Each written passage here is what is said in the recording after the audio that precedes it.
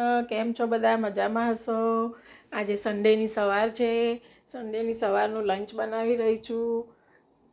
ભાત મુકાઈ ગયો છે, એક બાજુ બટાકા બાફવા મૂકી દીધા છે, અને જો આ મારી મમ્મી છે તે કેરી, અત્યારે કેરીની સિઝન છે તો કેરી છોલી રહ્યા છે.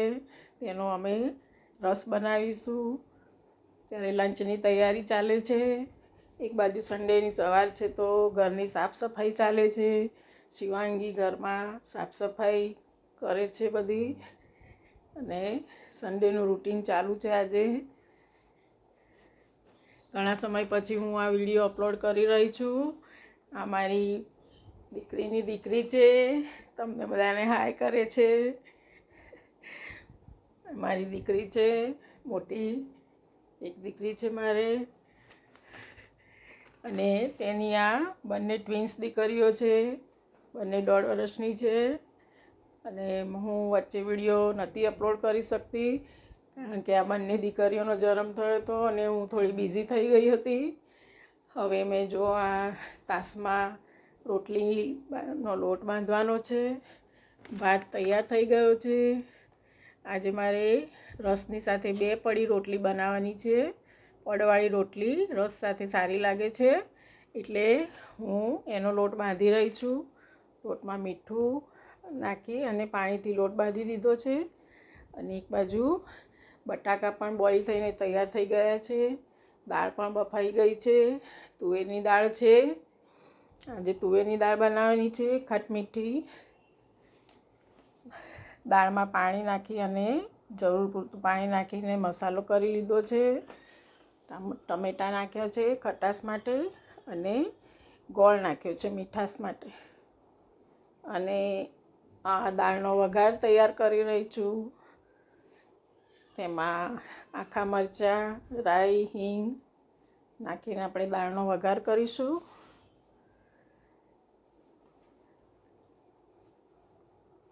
આ રીતે અમારું સન્ડેનું રૂટીન ચાલુ છે. આમ તો સન્ડેના દિવસે દાળ ઢોકળી અને ભાત બનતા હોય છે, પરંતુ અત્યારે કેરીની સિઝન હોવાથી અને ઘરમાં બધા અમે ફેમિલી સાથે ભેગા મળ્યા હોવાથી આજે થોડું લંચનું રૂટીન અમે બદલ્યું છે.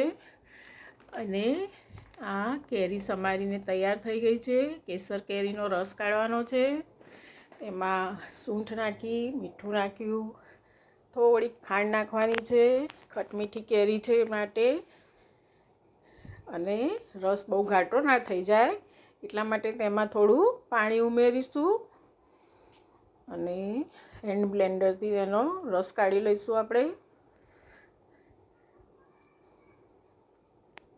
કેસર કેરીનો રસ ખૂબ જ મીઠો અને ખટમીઠો હોય છે.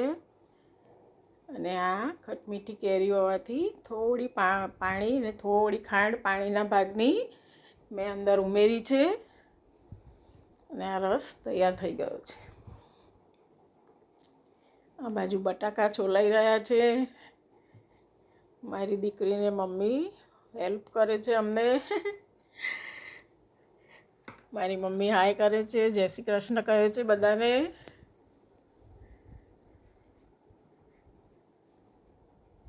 આજે બટાકાની સૂકી ભાજી બનાવવાની છે.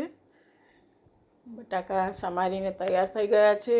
એમાં મસાલો કરી લઈશું. પહેલાં લાલ મરચું, કાશ્મીરી લીલા મરચાં, મીઠું, હળદર, ધાણા જીરું, ખાંડ મસાલો કરી દઈશું.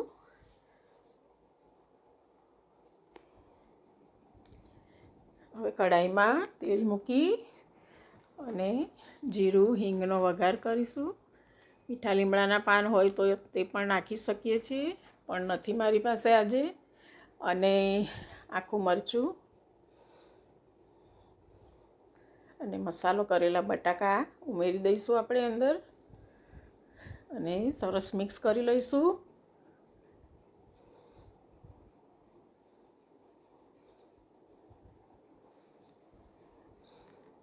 ફ્રેન્ડ્સ, મારા વિડીયો તમને ગમે તો લાઈક, શેર ને સબસ્ક્રાઈબ જરૂર કરજો.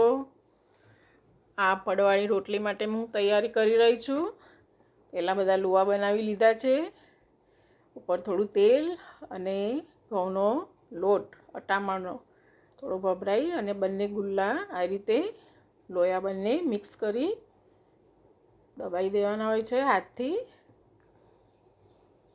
પછી અટામણ લઈને રોટલી વણવાની હોય છે એની 2 પડી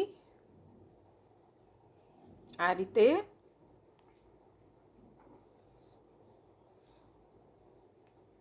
એકદમ સોફ્ટ રોટલી, બહુ ભાર દઈને નથી વણવાની હોતી. ઓછા હાથે વણી અને શેકી લેવાની હોય છે કે જેથી તેના બંને પડ સરસ રીતે અલગ પડી જાય. રસની સાથે આ રોટલી ખાવાની બહુ મજા આવે છે પડવાળી. અહીંયા ગુજરાતમાં લગભગ રસ સાથે પડવાળી રોટલી હોય છે. હવે આપણે બીજી વણી લઈશું. પહેલી રોટલીને આપણે તવા ઉપર નાખી દીધી છે શેકાવા માટે.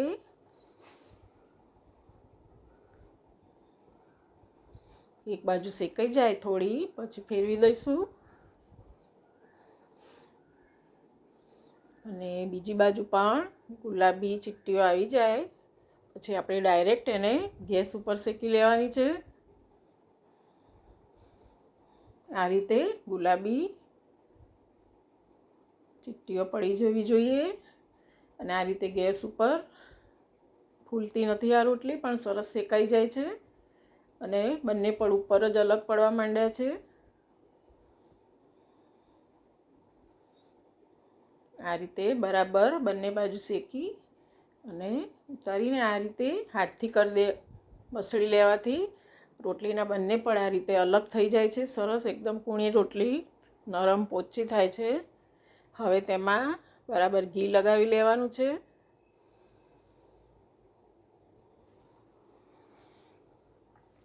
આ રીતે બંને હાથે બરાબર ઘી સ્પ્રેડ કરી રોટલીને આપણે કેસરોલમાં મૂકી દઈશું અને આ રીતે જ બધી રોટલી બનાવી લઈશું. અને બધી રોટલી મેં બનાવી લીધી છે, કેસરોલમાં ભરી દીધી છે.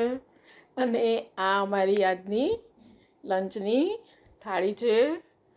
સૂકી ભાજી, રસ, દાળ, ખમણ અમે બહારથી લાવ્યા હતા, રોટલી, ભાત અને ખાંડવી છે, છાશ છે.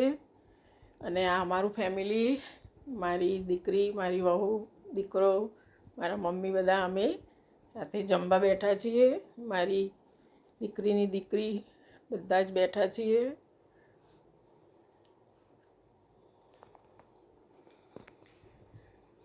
વાતો કરતાં કરતાં બધા સાથે જમવાની મજા. અને અહીંયા પથારીઓ તૈયાર થઈ ગઈ છે બપોરે આરામ કરવા માટે. એસી ચાલુ કરી અને સળંગ બધા આવી રીતે સાથે સૂઈ જઈશું. આવજો ફ્રેન્ડ, બાય.